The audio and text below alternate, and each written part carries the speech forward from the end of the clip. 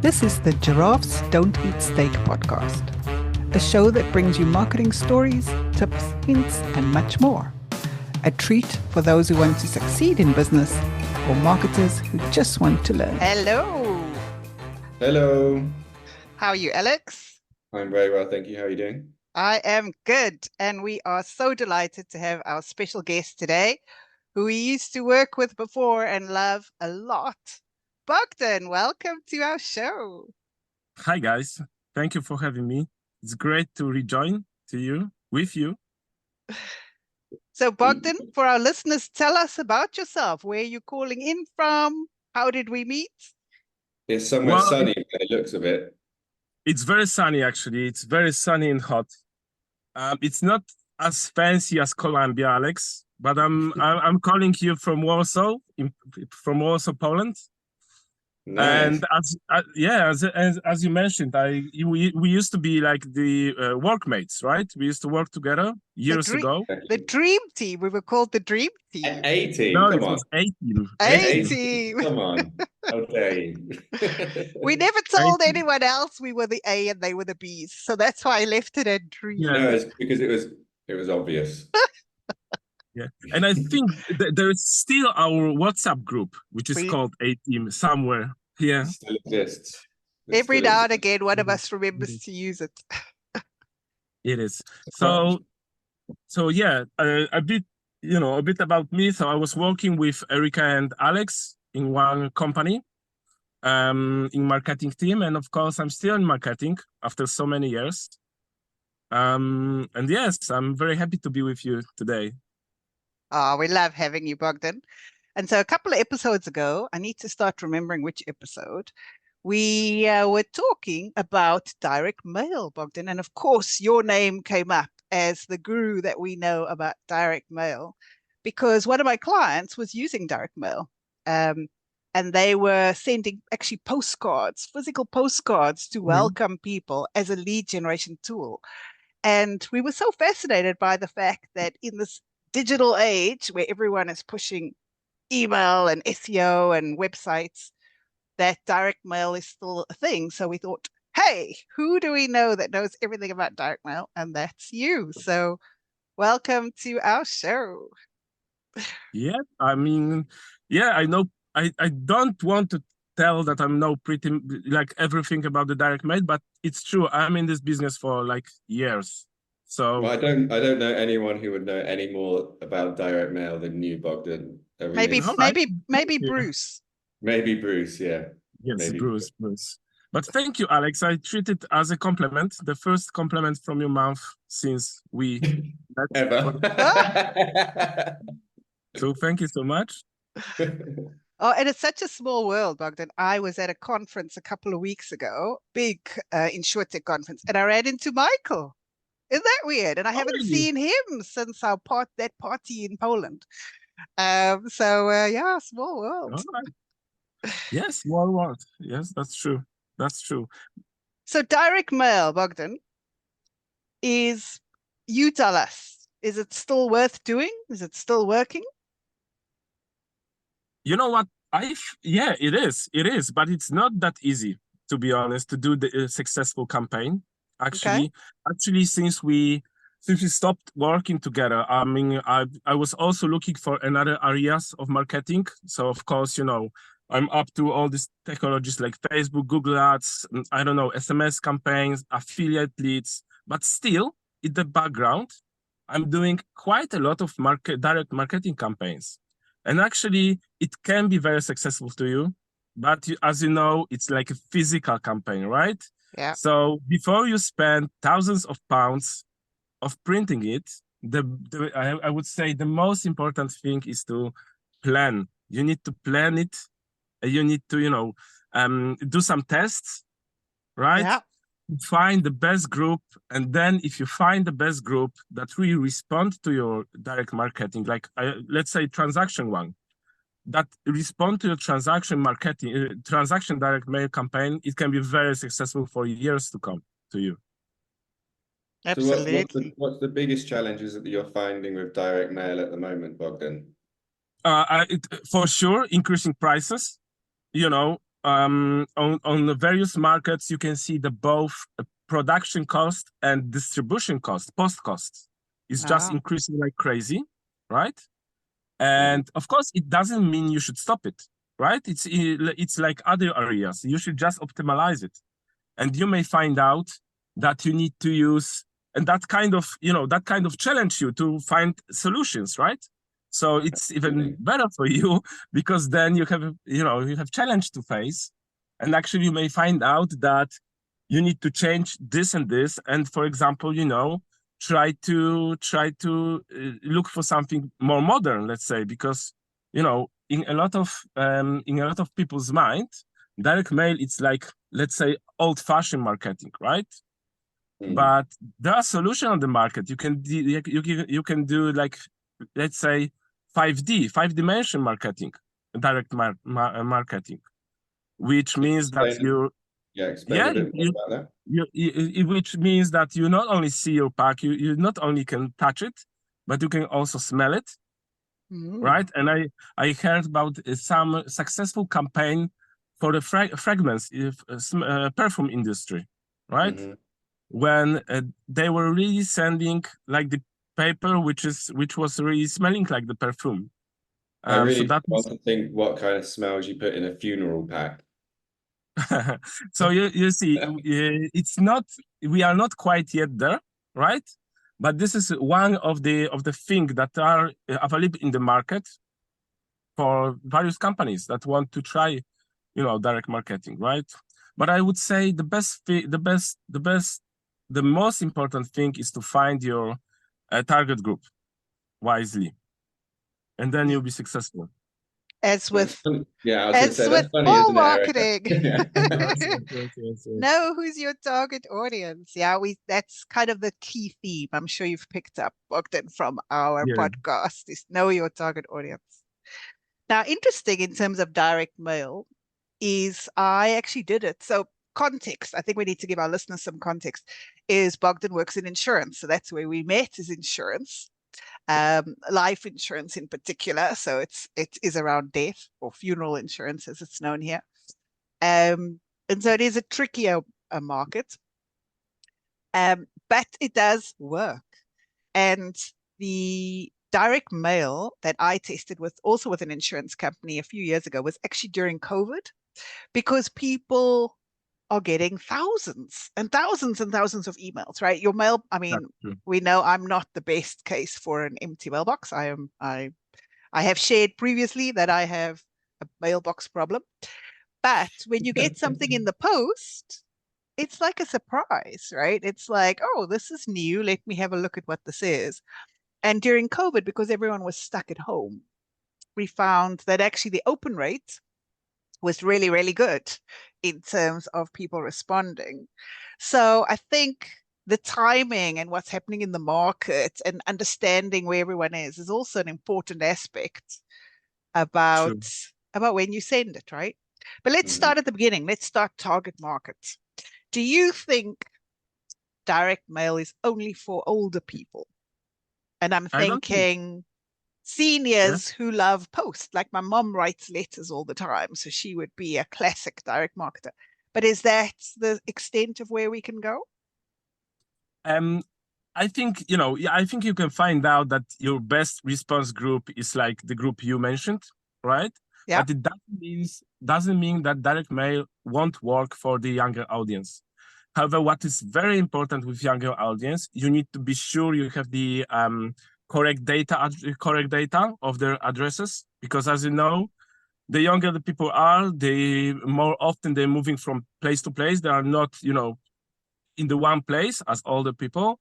So if you want to do direct mail to younger audience, the most important thing is to have their addresses up to date, because otherwise you have only post returns, right? So if you know that your addresses for the younger audience are up to date, you are free to go with direct mail, of course, with the right product, right? But I think it's not only for our older audience. Ah, that's a good point on the fact that the younger audience is more likely to move often. You know, And I'm going to put myself into the younger audience I was bracket. going to say you. I feel like I would be a very hard person to target with a direct mail. Yeah, You I think see? all your work mail comes to me now, Alex. I've got your spam. Brilliant. The other interesting target group that I found is children. You know, because I think I've shared this before. My son on the 1st of January decided he was not doing any social media anymore.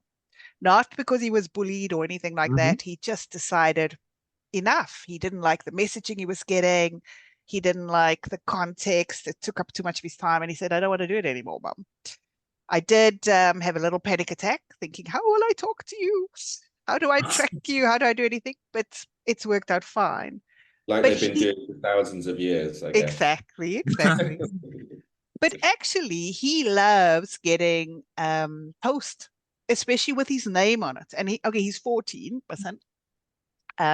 But loves a little bit of post, right? And especially if you target well, like, and again, product specific, I wouldn't target him with a funeral plan. But there's these we love making things.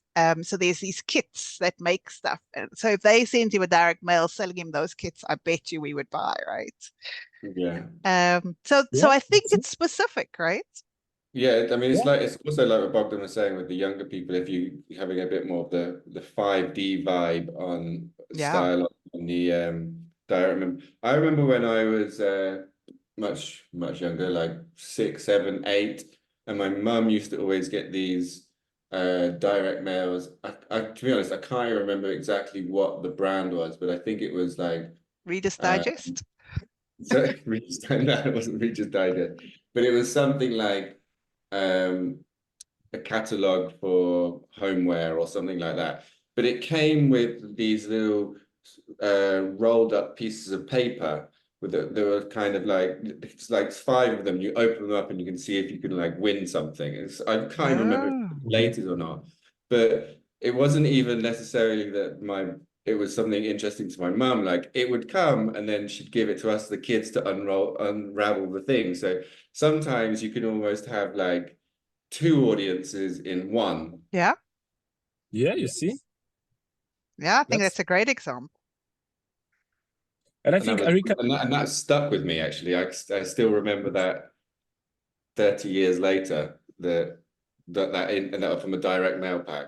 That's crazy, isn't it? yeah. And I think Erika, this important thing you just mentioned, which is people get tired of digital world from time to time. Yeah. They want really to feel something, to touch something. There's like the 100th email in my, and of course I'm doing emailing as well, but I see that there can be thousands unread emails in the mailbox. That can be, I don't know, hundreds of SMSs that are not read yet. But this one day when you came back home and find something interesting in your mailbox, you can open it. You know that it is prepared especially for you. It is personalized. You can touch it. You can open it. It is for you. So, and this is the benefit of direct mail, right? Absolutely. The benefit that you can see that even after 40 years, Alex still remembers, right? Absolutely. Yeah. I think he said 30 years, Bogdan. Don't make him Yeah, don't I'm make just him teasing so him. I'm old. just teasing him. Just helping you out, Alex. and there's also a good parallel example I can give of that. Just expanding on what you said, Bogdan, is that so I think from the 90s we started moving from CDs and vinyls to MP3s, and then to streaming, and now we're actually seeing a resurgence in vinyl. Yeah. And people buying vinyl.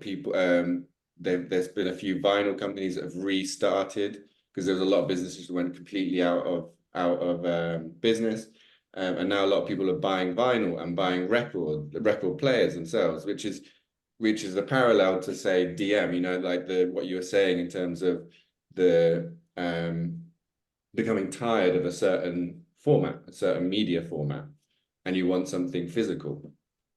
Yeah, I'm also started to buying some records, to be honest, and There I we think go. that's very good.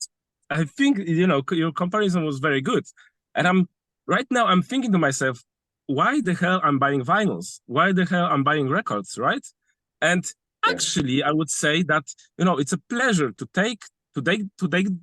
to really open this record, to have it, to replay it, and I think the same we can apply to direct mail, right? If It's just if it's done well, if it's done well, right? If it only done well, yes, as you say. We've all received the garbage.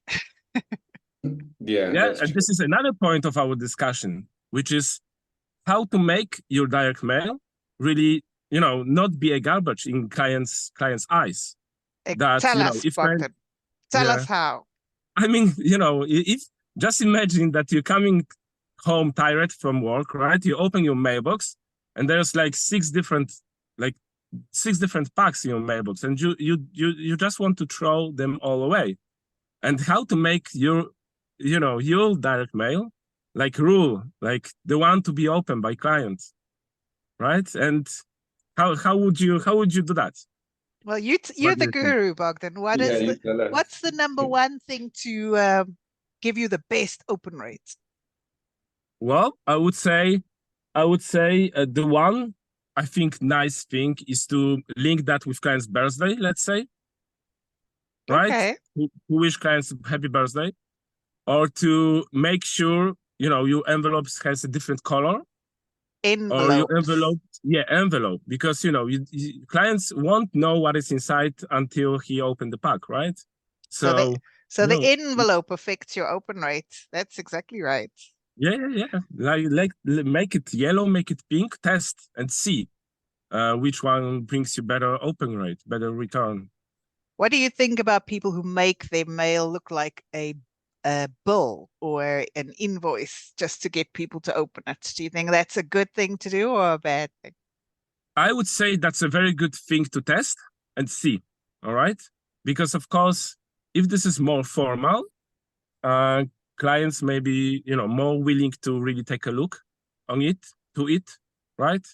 So if you're planning direct mail, let's test it. Let's make some samples a bit more formal than the others, and see if you see more response rate from them. It means that you should go this way. If not, find your other way. So we had. Sorry, Alex. No, I was just going to say, have you seen any differences in responses and results with quality of paper and envelopes? Because sometimes I've seen direct mail where it's on really flimsy paper and envelope versus something that's almost like a card and it feels like high quality and premium. Or is it also product dependent? Or what's your viewpoint on that? So if there is something heavy inside, right, like a card or something that clients really may be interested in, it can increase your your open rate. It can, because then clients are just interesting. Clients are just curious what is inside. So of course you can do that. The heavier the pack, the better response rate. This is what I see.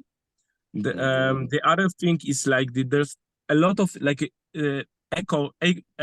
eco paper right now on the market, which also make your packs a little bit different than the just standard white packs, right? Yeah, I saw some lovely paper that actually had seeds in it. And so when you finish reading it, you just plant the letter as is, because it had seeds embedded, flower seeds in the paper. That's really cool, right? That's nice. If you're into gardening like me, I guess if you're not, then it would go in the bin. But yeah, but again, that's understanding who you are, who the audience is, right? Yeah. But back to this envelope, Bogdan. When we worked together, our experience was that the more colorful the envelope, the gaudier, like images and stuff, people threw it away more, right? Because then they knew it was marketing. True. So it's a fine balance between getting that envelope to a sweet spot that someone wants to open it. Because if they don't open it and throw it, it also depends, lost. it also depends. It needs to be really linked with your product, right? Yes, if you're correct. a professional company, insurance, banking, of course, the transactional mailing may work, like, the one which is formal. But if you are like the promotion again, like, I don't know, some agency that is, trying to send out something fancy, then of course, sky is the limit in case of number of colors, everything, right? No, that's true. So Bogdan, we've talked a lot about testing and some of the open rates and things like that. But when you are testing, how do you test? Like, what kind of data do you use?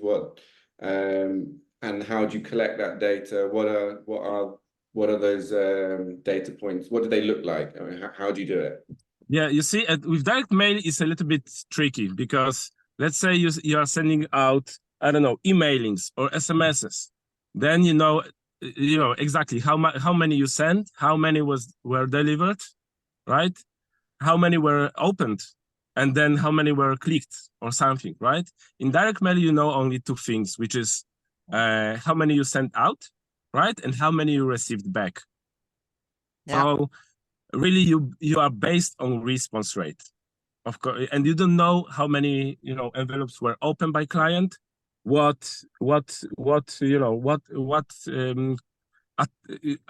clients put their attention on the pack. You don't know it. You just know that you received, I don't know, up form or slip back. Of course, you can pay a bit more for the additional post service when they can say to you what was delivered, what wasn't delivered, or you can track your post returns. You need to have a bit more capacity to really do that, but you can try it. However, I would say response rate is the one thing that is the most important for you. So how many you send out and how many you collect back. And then you need to know which pack was sent what way, in what envelope, etc., and you make your conclusions on this test. So the key for me with testing is only change one thing. So that's correct. Don't send two completely different packs because you won't know which part worked. Was it the envelope? Was it the letter? Was it the message? So just keep 5 things the same and only change the envelope or only change the message or like one thing, and then you've got proper A/B testing. Because if you change 5, you know nothing, right? Do you agree with that? That's correct. I completely agree. And you can spend a lot of money to do your test, and then you may find out after a month that actually you cannot have any conclusions because you just had too many tests in one go. Very true. What are your testing rules? So there's one, obviously, only changing one thing at a time. How long do you wait for all of the results?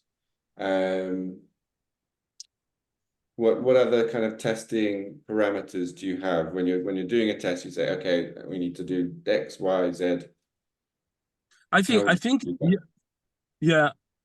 that one important thing is because you need to receive certain number of responses to really that really will make your test valid from the data perspective, from the data. Because if you get like three responses, it means nothing. So you need to really, knowing your database, knowing your target group, you need to really say that from each testing group, you need to get at least 100 responses, right? Because if you get 110 from one test and 80 from another, you know which group did better, right? Yeah. But if your samples will be too small and you get 13 responses from one group and 11 from second, it could be coincidence that from one group you had 2 more. So I would say in terms of testing, that's quite important to really sit with your, I don't know, database analyst or someone to really, cut and slice your database before you go. Good point. Good point. Yeah. Right. Well, thank you, Bogdan. That was a fascinating chat about direct mail. I'm sure we could carry on talking for hours.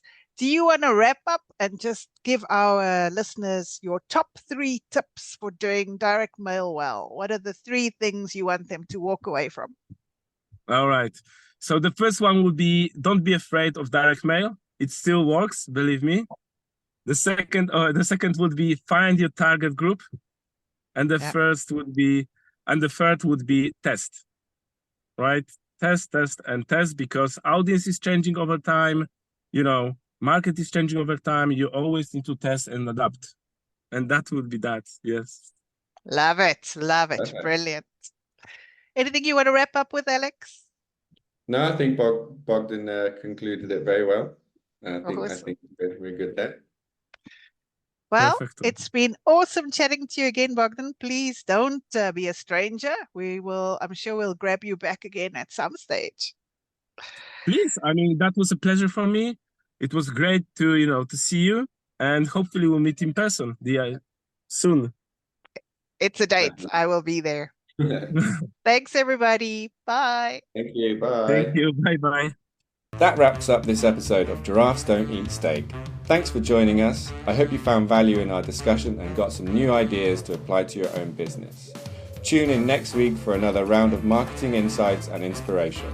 If you enjoyed this episode, please leave us a review and subscribe on Apple Podcasts, Spotify, or wherever you listen to podcasts. We appreciate you listening. Catch you next time on Giraffes Don't Eat Steak.